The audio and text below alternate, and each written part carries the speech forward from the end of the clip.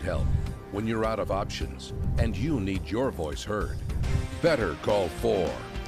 If you're in the market for a new-to-you vehicle, buyer beware. The National Highway Traffic Safety Administration has a new warning about pre-owned cars with counterfeit parts, putting lives at risk in the event of a crash. What you need to know before you get behind the wheel of a used vehicle in tonight's Better Call 4.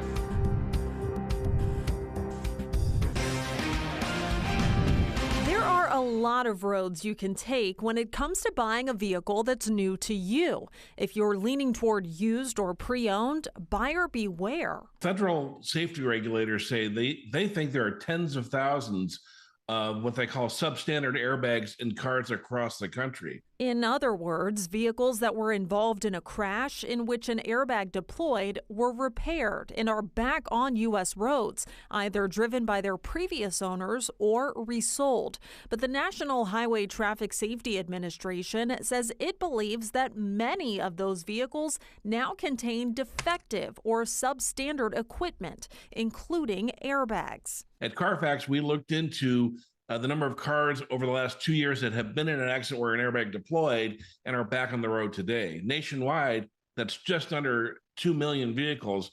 In Ohio, it's about 59,000 vehicles. And editor-in-chief of Carfax, Patrick Olson, says each one of those vehicles represents an opportunity in which a scammer or shady salesman used a counterfeit airbag. There are two things that can happen. One, you can get an airbag that does nothing at all, meaning zero protection for you or your passenger. And second, the airbag will explode with way too much force and will turn the metal surrounding the airbag into shrapnel, literally flying pieces of metal that get into the cabin of the car. Sadly, the NHTSA reports 3 people were killed in the last year as a result of these faulty replacement airbag inflators. In this case, very often these are people who have had an accident and they've gone to some typically smaller repair shop where they're trying to, get a replacement airbag.